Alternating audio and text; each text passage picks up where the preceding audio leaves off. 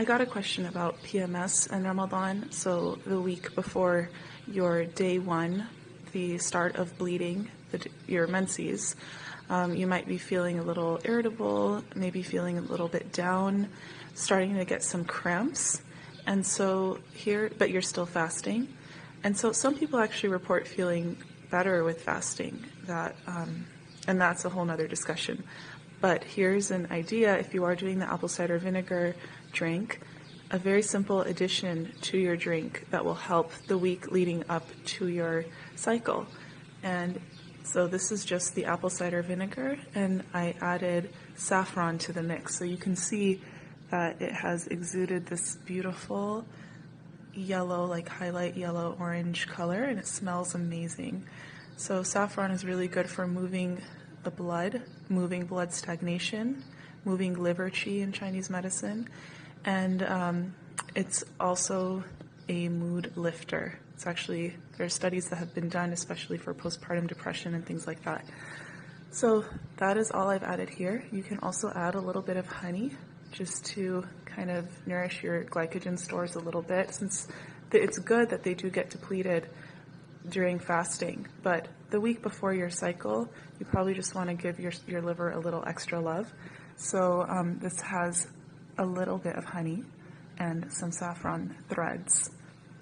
Simple tip. I hope this helps, inshallah. And may you experience relief soon. After that last IGTV tip for the lady who was asking about what she can add to her apple cider vinegar for PMS during suhur, I feel like I'm going to get a lot of additional questions about saffron itself. So there's a ton of information online, of course.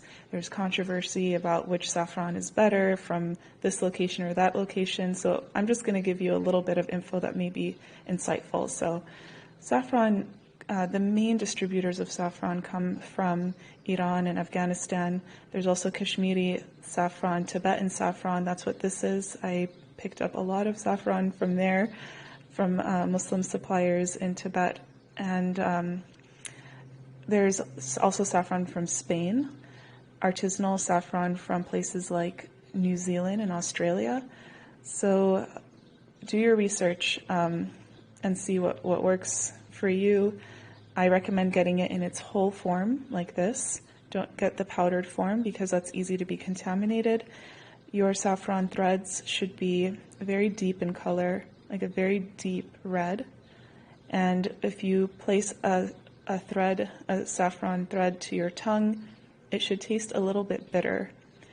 It smells quite aromatic, and when you put it in water, it will release its color immediately, but also more so over time, rather than all at once. That's kind of a red flag that you might have a saffron that might be contaminated, but you usually see that with powders, not so much with the thread.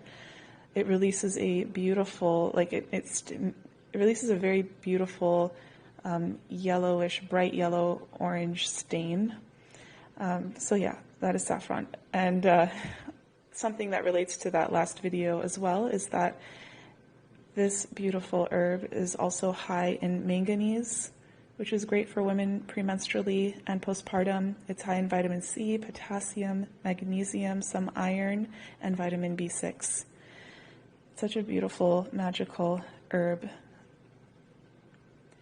I mentioned some of the East Asian medicine properties of this herb as well in the post. So yeah, just a little bit more insight on this beautiful herb.